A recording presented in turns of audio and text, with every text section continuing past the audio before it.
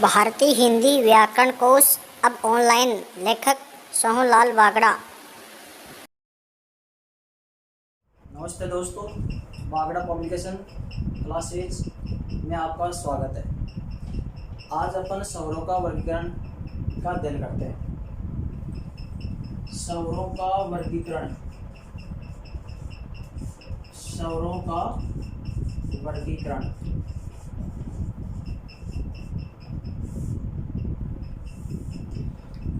स्वरों का वर्गीकरण कितने आधार पर किया गया है, उसका अपन आज अध्ययन करेंगे। पहला है उच्चारण, उच्चारण अवधि, उच्चारण अवधि व मात्रा के आधार पर, उच्चारण अवधि व मात्रा के आधार पर स्वरों के भेद हैं दो। उच्चारण अवधि या मात्रा के आधार पर स्वरों के भेद हैं दो। अवधि का मतलब होता है समय, अवधि का मतलब होता है समय, और मात्रा का मतलब होता है समय। मात्रा कहते कैसे हैं कि वे स्वर ध्वनि जिनका उच्चारण करने में जो समय लगता है, वे स्वर ध्वनियाँ जिनका उच्चारण करने में जो समय लगता है वही मात्रा कहलाती है। तो स्वरों का उच्चारण करने में जो समय लगता है, समय के आधार पर स्वरों के भेद हैं दो। तो कौन कौन से हैं? पहला है ह्रस्व स्वर, दूसरा है दीर्घ स्वर। पहला है ह्रस्व स्वर और दूसरा है दीर्घ स्वर।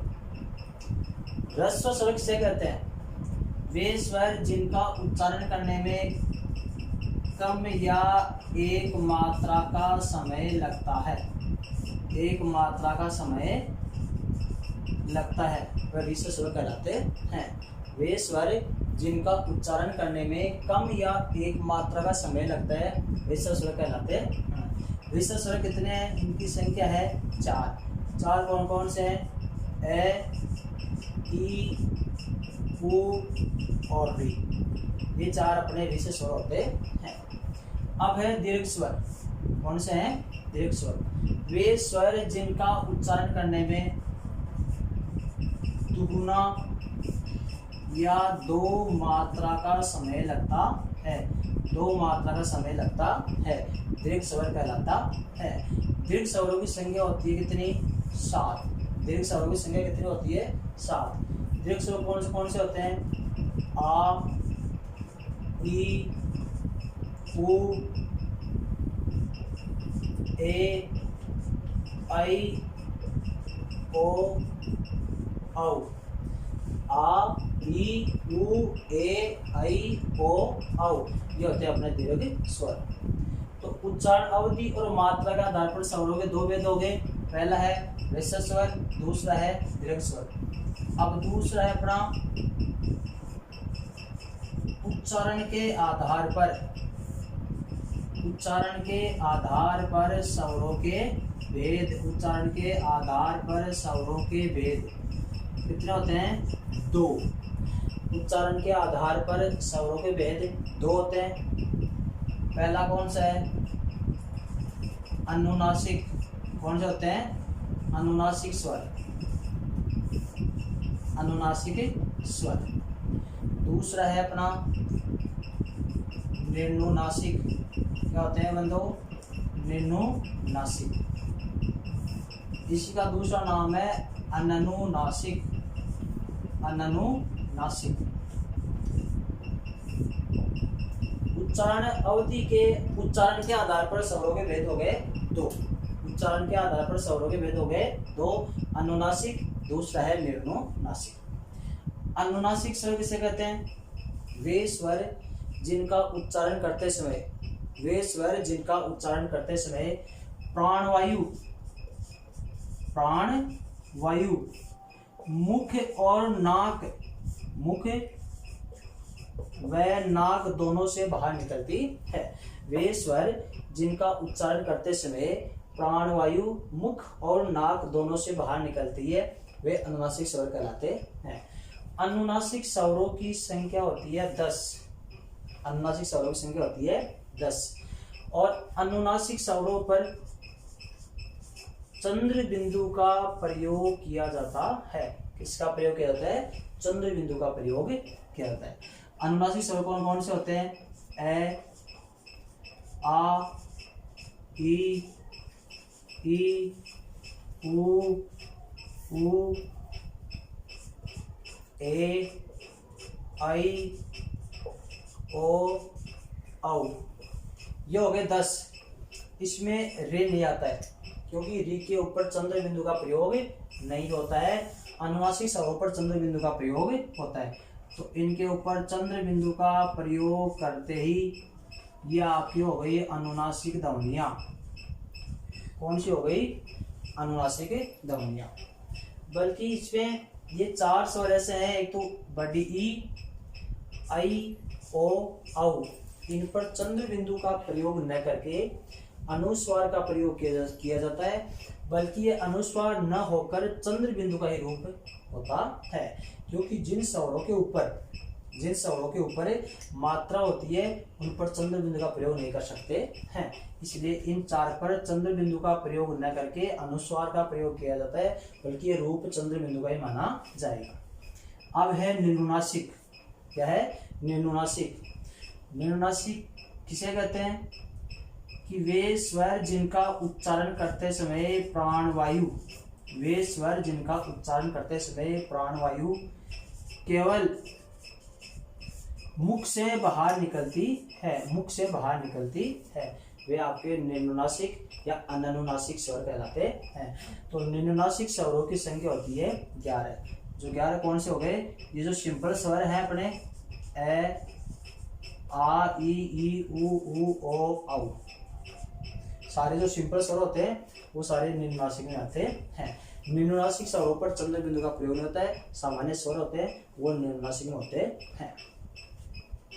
अब तीसरा है अपना उच्चारण स्थान के आधार पर स्वरों के भेद। किसके भेद? स्वरों के भेद होते हैं अपने 6। उच्चारण स्थान के आधार पर स्वरों के भेद होते हैं 6। कौन कौन से होते हैं? कंठे, तालव्य, मूर्धन्य,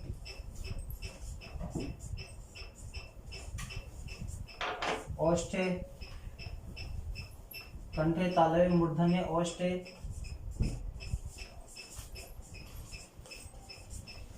कंठ, तालव्य,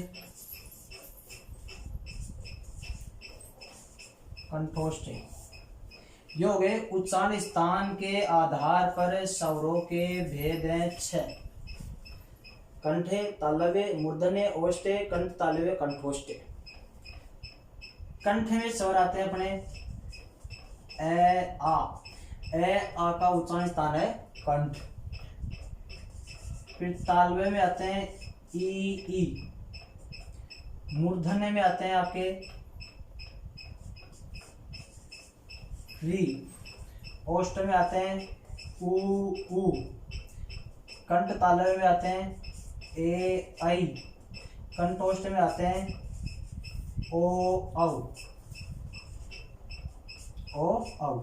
इस प्रकार से 11 स्वर है। इन स्वरों का उच्चारण स्थान अपने ये माने जाते हैं। कंठे, तालव्य, मूर्धन्य, ओष्ठे, कंठ, तालव्य, कंठोष्ठे। अब आपसे ये पूछ ले कि स्वरों के मूल उच्चारण स्थान कितने हैं? स्वरों के मूल उच्चारण स्थान कितने हैं? 4। स्वरों के मूल उच्चारण स्थान कितने हैं? 4। और स्वरों के संयुक्त उच्चारण स्थान कितने? क्या पूछा मैंने? स्वरों के मूल उच्चारण स्थान पूछे तो आपको 4 बताने।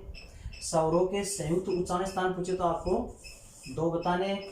और स्वरों के कुल उच्चारण स्थान पूछे तो आपको 6 बताने। ये कुल 6 हैं, बल्कि इनमें जो 4 हैं वो तो है मूल, और ये लास्ट के 2 हैं वो संयुक्त है। संयुक्त कैसे हैं? इसमें कंठ और तालु दोनों संयुक्त है, इसमें कंठ और ओष्ठ दोनों संयुक्त है। और ये कंठ, तालु, मूर्धा, दंड, ओष्ठ ये होते हैं आपके मूल उच्चारण स्थान। तो ये 3 हो गए अपने स्वरों का वर्गीकरण। ध्यान से देखना, उच्चारण अवधि और मात्रा के आधार पर 2 है, ह्रस्व दीर्घ स्वर। ये केवल उच्चारण के आधार पर है, वो आपके अनुनासिक और निरुनासिक। ये उच्चारण स्थान के आधार पर है, वो हो गया आपके 6। इस प्रकार से स्वरों का वर्गीकरण हो गया 3। अब बच्चों इसके बाद में अगला चौथा है आगे। अब चौथा है अपना जीवा की सक्रियता के आधार पर। जीवा की सक्रियता के आधार पर स्वरों के भेद, है 3। जीवा की सक्रियता के आधार पर स्वरों के भेद है 3 कौन कौन से हैं? अग्र स्वर, दूसरा है मध्य स्वर, तीसरा है पश्च स्वर। अग्र स्वर, मध्य स्वर और पश्च स्वर। अग्र स्वर किसे कहते हैं? वे स्वर जिनका उच्चारण करते समय जीवा का अग्रभाग सक्रिय रहता है। वे स्वर जिनका उच्चारण करते समय जीवा का अग्रभाग सक्रिय रहता है, वो अग्र स्वर कहलाते हैं। अग्र स्वर में कौन कौन से आते हैं अपने? ई, री, ए, आई। ई, री, ए, आई, ये होते हैं अपने अग्र स्वर। मध्य स्वर है केवल ए, मध्य स्वर केवल है। ए का उच्चारण करते समय जीवा में कोई सक्रियता, कोई हलचल उत्पन्न नहीं होती है। पश्च स्वर किसे कहते हैं? वे स्वर जिनका उच्चारण करते समय जीवा का पश्च भाग, पिछला भाग सक्रिय रहता है, वो होते हैं आपके पश्च स्वर। मतलब जिनका उच्चारण जीवा के पश्च भाग से किया जाता है। वह है आ, उ, ओ, औ, ये होते हैं अपने पश्च स्वर। अब आपसे मैंने शुरू में पहले बताया था कि ये भी एक स्वर होता है। क्या होता है? स्वर होता है। इसको क्या बोलते हैं? अंग्रेजी स्वर, आगत स्वर और ग्रहित स्वर। अंग्रेजी स्वर, आगत स्वर और ग्रहित स्वर, क्योंकि इसका प्रयोग केवल अंग्रेजी शब्दों में किया जाता है। तो इसका उच्चारण स्थान पूछे तो आपको पश्च स्वर में ही गिनना है। इसका उच्चारण स्थान भी आपका पश्च है, जीवा की सक्रियता के आधार पर। अब पांचवा है अपने मुखाकृति के आधार पर। मुखाकृति या तालु के आधार पर स्वरों के भेद। मुखाकृति या तालु के आधार पर स्वरों के भेद कितने होते हैं? 4। कितने होते हैं दोस्तों? 4। कितने होते हैं दोस्तों? 4। मुखाकृति और तालु के आधार पर भेद होते हैं 4। पहला है समृद्ध स्वर, दूसरा है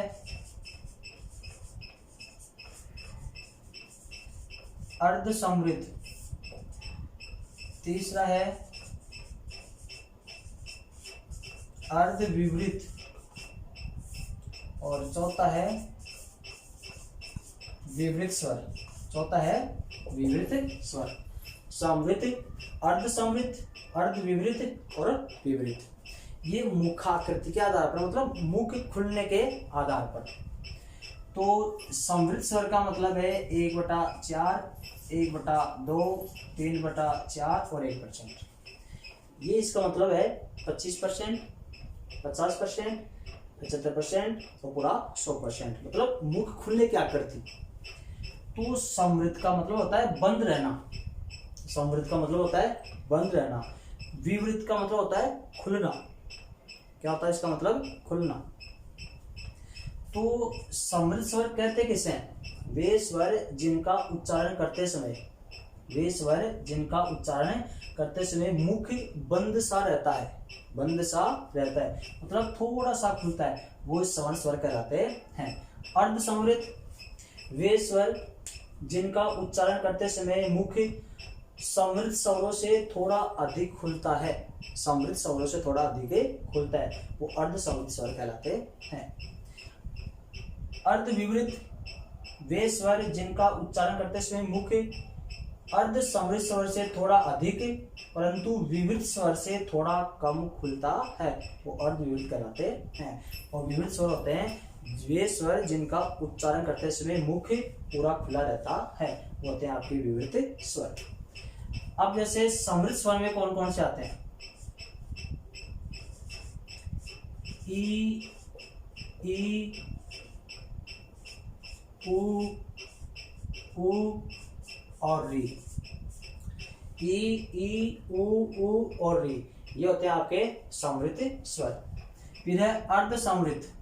अर्ध समृद्ध में आते हैं ए, ओ। क्या आते हैं? ए, ओ। अर्ध विवृत में आते हैं अपने ए, आई, औ। और विवृत स्वर में अकेला आता है आपका आ। आ का उच्चारण करते समय मुख पूरा खुला रहता है। अब हो गया आपके एक अंग्रेजी स्वर। एक कौन सा? अंग्रेजी स्वर। उसका उच्चारण स्थान भी अर्ध विवृत में ही आता है। अंग्रेजी वाला स्वर है, आगत अंग्रेजी स्वर है, वो अर्ध विवृत में ही आता है।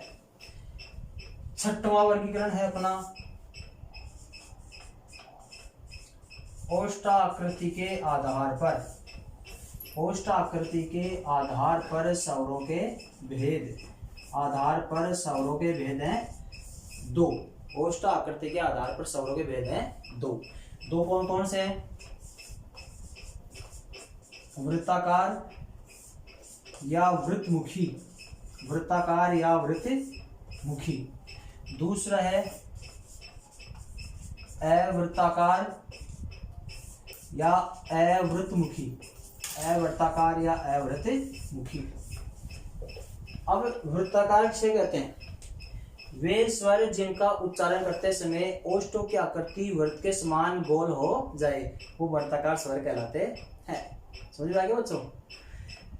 अवृत्ताकार स्वर किसे कहते हैं? वे स्वर जिनका उच्चारण करते समय, वे स्वर जिनका उच्चारण करते समय ओष्ठों की आकृति वृत्त के समान गोल न होकर अन्य आकार में बदल जाती है, वो अवृत्ताकार स्वर कहलाते हैं।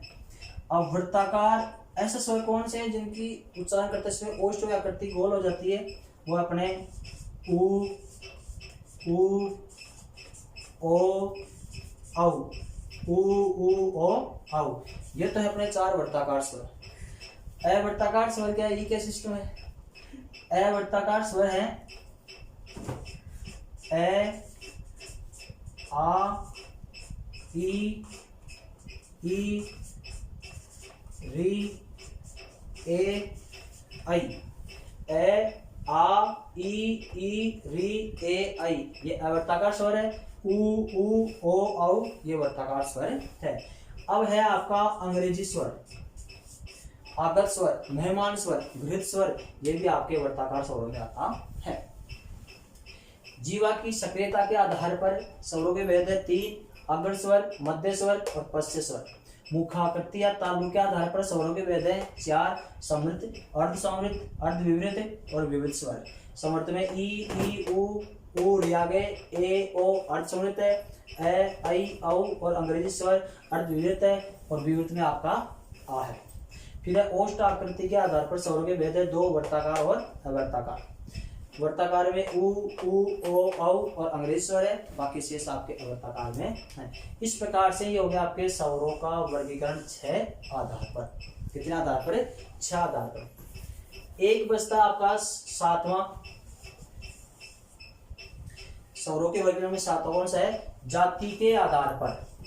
किसके आधार पर? जाति के आधार पर स्वरों के भेद हैं 2। किसके आधार पर? जाति के आधार पर स्वरों के भेद हैं 2। दो कौन कौन से हैं? दो कौन कौन से हैं? सजातीय या सवर्ण। सजातीय या सवर्ण स्वर। अब सजातीय कौन से होते हैं? वे स्वर जिनकी जाति समान होती है। वे स्वर जिनकी जाति समान होती है वे सजातीय कहलाते हैं। अब सजातीय या सवर्ण मतलब जिनमें समान वर्ण हो वो सजातीय या सवर्ण स्वर कहलाते हैं। अब इसमें दो तरह से होते हैं, एक तो है आपकी सजातीय आ, अगर दीर्घ स्वरों की दृष्टि से देखते हैं, दीर्घ स्वरों की दृष्टि से देखते हैं तब तो सजातीय आपके तीन ही है, आ, ई और उ, आ, ई और उ। वैसे कुल स्वरों की दृष्टि से देखते हैं तब सजातीय स्वर है ए, आ, ई, उ। ये आपके सजातीय स्वर है। दीर्घ स्वरों की दृष्टि से देखते हैं तब तो सजातीय स्वर है 3 और कुल स्वरों की दृष्टि से देखते हैं तब सजातीय स्वर आपके 6। अब है अपने विजातीय, विजातीय या फिर असवर्ण स्वर, विजातीय या फिर असवर्ण। सजातीय क्या होते हैं, जिनकी जाति समान होती है वो सजातीय स्वर कहलाते हैं और जिनकी जाति अलग अलग हो वो विजातीय स्वर कहलाते हैं। अब विजातीय स्वरों में आते हैं आपके जैसे ए, आई, ओ, औ, ए, आई, ओ, औ। इनको विजातीय स्वर कहते हैं क्योंकि ये अलग अलग जाति से मिलकर बने होते हैं। ये ए प्लस ई से मिलकर बनता है, ये ए प्लस ए से मिलकर बनता है, ये ए प्लस उ से मिलकर बनता है और ये ए प्लस ओ से मिलकर बनता है। इसलिए अलग अलग जाति से मिलकर बने होने के कारण इनको विजातीय कहते हैं और ये एक ही जाति से मिलकर बने होने के कारण सजातीय स्वर कहते हैं। इस प्रकार से ये स्वरों का वर्गीकरण आपका कंप्लीट हो चुका है। धन्यवाद।